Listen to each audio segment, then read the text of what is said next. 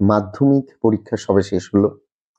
মাধ্যমিক পরীক্ষা যেসব শিক্ষার্থীরা দিলে, আশা করি সবার পরীক্ষা মোটামুটি আ ভালোই করেছো। এবার সবথেকে যেটা গুরুত্বপূর্ণ জায়গা, এতদিন স্কুলের একটা প্রথাগত চিরাচরিত গণ্ডি ছিল যে ক্লাস 1 এর পর থেকে একটার পর একটা স্কুলের ক্লাস পরিবর্তন হওয়া। বা যখন তোমরা 5 এ বা 6 এ উঠলে তখন একই স্কুলে একই রকম সবাই এক সাবজেক্ট নিয়ে পড়ছো।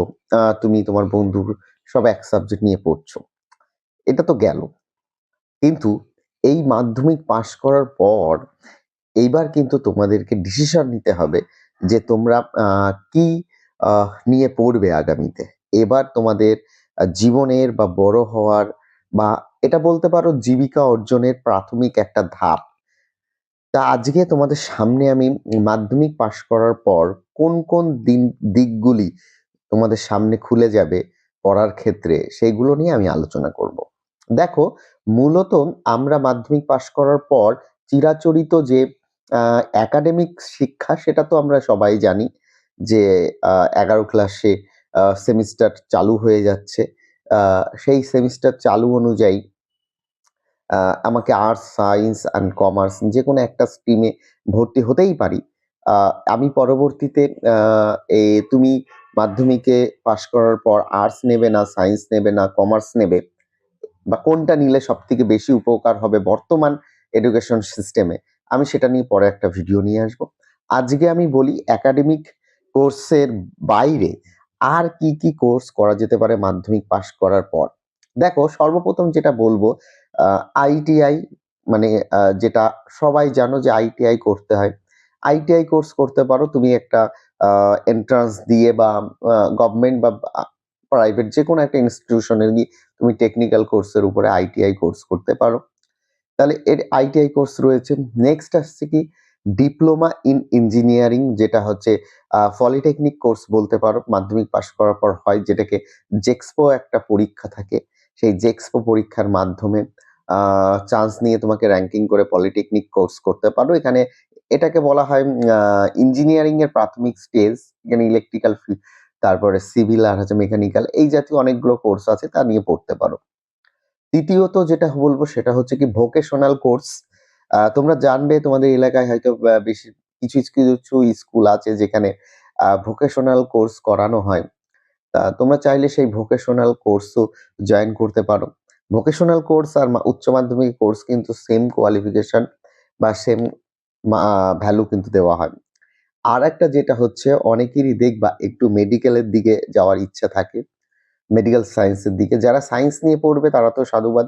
তারা তো ভীষণ বড় সুযোগ রয়েছে মেডিকেল নিয়ে পরবর্তীতে ডাক্তার হওয়ার।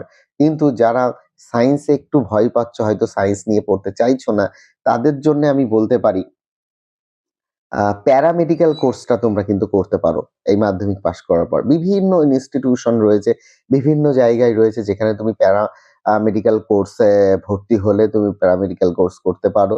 আ এই কটা গেল বেসিক একাডেমিক আ সেশনের বাইরে এই কটা কোর্স তোমরা মাধ্যমিক পাস করার পর করতে পারো। এবং আমি এই চ্যানেলের থ্রুতেই বলতে চাই, যারা একাডেমিক আ কোর্স করবে যে অর্থাৎ 11-12 এর আ প্রথাগত শিক্ষাটাকে পড়বে আর্টস, সায়েন্স, কমার্স যেকোনো একটি নিয়ে। প্রত্যেকেরই কিন্তু ইংরাজি বিষয়টা পড়তে হবে। বাংলায় সর্বপ্রথম ফ্রি ইংলিশ লার্নিং চ্যানেল এই আমার ক্লাস নোট হাট। তাই এই চ্যানেলটি একটু ফলো করে রেখো সাবস্ক্রাইব করে।